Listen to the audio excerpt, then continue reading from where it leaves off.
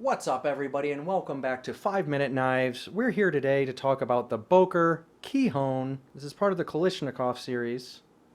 I gotta admit to you guys, I'm not a big Boker guy. Not a lot's connected with me. I do have my biases, as we all do. So, this knife is an automatic. Boop. There's the action. This is in that awesome Desert Warrior coloration.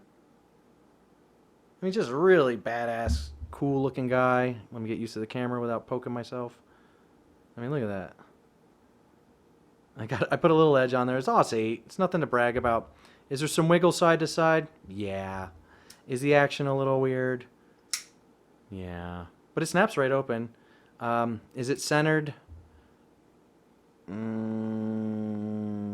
really. Look at that. I captured it. There you go. It's kind of off-centered. Here's the thing, guys. I really don't mind. I'm curious about auto knives.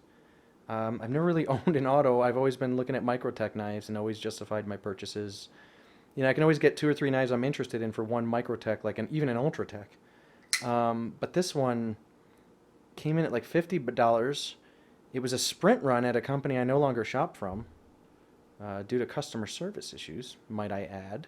I do all my shopping at Knife Center now, just because they've been really good to me. I don't have any allegiance to them. I'm not sponsored by them, but I'd be open to it because they've done good. So anyway, but I got this knife in a sprint run. That's why you can't find it anywhere. This desert coloration, I really jumped on it. But I have a feeling that how this one works is how they all work. I just really like that spear tip. Now, what is this thing for? Why would you have it? Well, one, it's $50. It's cheap. To get into something I thought was badass and give me a little auto and, you know, to kind of give me a little fidget item. It's a 3 and something inch blade. It's a smaller blade. If we want to roll in a kind of size comparison, I see some people doing that. Is this too far away for you guys? You let me know. There's the size. There's the Manix 2 XL. Let's go ahead and do that. Boom. So it's a similar size. Okay, this isn't really like a big comparison thing. But, again, not that kind of channel, guys. There's a million videos on all the stuff I'm going to review. This is just one man saying, should you buy it or not? Okay? So here's the deal. For $50, let's say they do another sprint run of these or something. They come back out. By the way, I really like that, unlike the other Kalishnikovs, they don't have those raised finger grooves. That was part of what made me buy it. I really like this neutral handle. I love the OD green with the copper. It's so weird. It was kind of a fly-by-night coloration. You saw it everywhere, and then you saw it nowhere. Right? You guys remember that? All you gearheads? And then here's a great example of what I was talking about with the Wii 617. Rolling it in. The Wii 617 has one piece of proprietary hardware holding it in place. I know it's a little blurry right there, but it's one piece. You can see it's one screw holding this whole thing going. So far, no issues, no wiggle, but I haven't tested it either.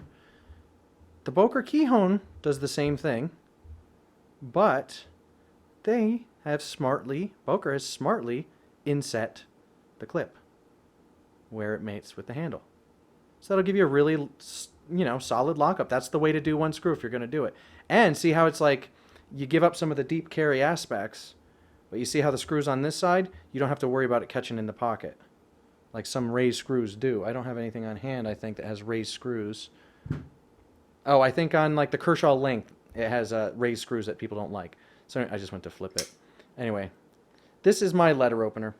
I use this around the house. I get a kick out of it. I open up letters with it. That's what it's good for. It is a light, almost gentlemanly everyday carry, with the exception of the spear point may scare some folks in the auto action, of course.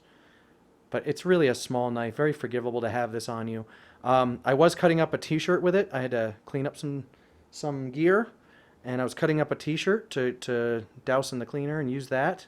And I noticed that this sharpening choil, the way it's angled up like that, kept catching on the material. So I couldn't just, even though there's a lot of belly and it looks like a very usable blade shape, I would go to do this and you know, push it through the material and it get caught up right there.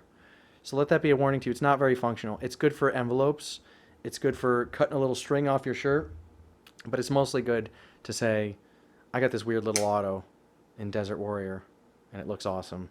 And it was $50. It works really good, and it fires every time, and it's 100% lockup every time. You really can't beat it.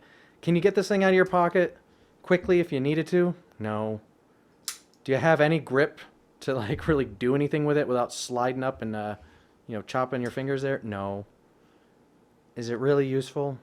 No. But should you buy it? Well, yeah. If it ever comes back, you should definitely buy it. And if it doesn't, well, you lost your chance.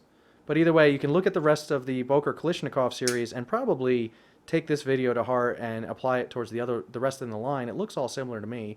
Nothing else really connected with me. Nothing fancy's got a cool hawkbill I thought was neat. But other than that, I'm going to give this, if again, it comes down to if you're a collector or not. If you're a collector, buy. If you're a user, skip. And that's it. That's my review on the Boker Kihon. Thanks for hanging out, guys. I'll have another one for you next week. See ya.